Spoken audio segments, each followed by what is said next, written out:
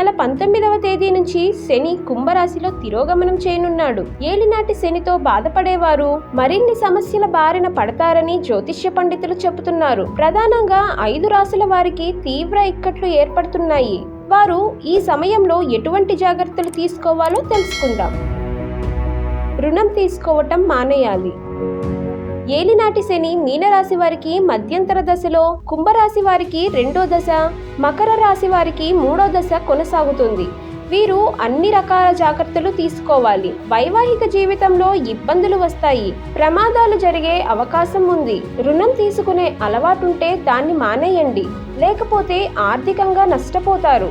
పెట్టుబడులు కూడా మానుకోవాలి. కొత్త వాహనాలు కొనుగోలు చేయకుండా ఉండటంతో పాటు దూర ప్రయాణాలను కూడా నిలిపివేయాలి. కర్కాటక రాశి, వృశ్చిక రాశి వారికి ఆరోగ్య సంబంధిత సమస్యలు తలెత్తుతాయి. గతంలో ఉన్న వ్యాధులు రెట్టింపు అవుతాయి. జాగ్రత్తగా ఉండాలి.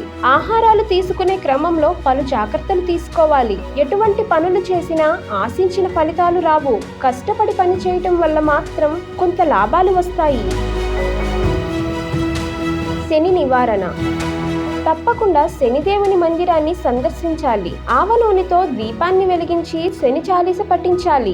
దీనివల్ల అన్ని సమస్యలు పరిష్కారం అవుతాయి. ఉసిరి చెట్టు కింద ఆవ నూనె దీపాన్ని వెలిగించడం వల్ల కూడా ఏలినాటి శని నుంచి కొంత విముక్తి లభిస్తుంది.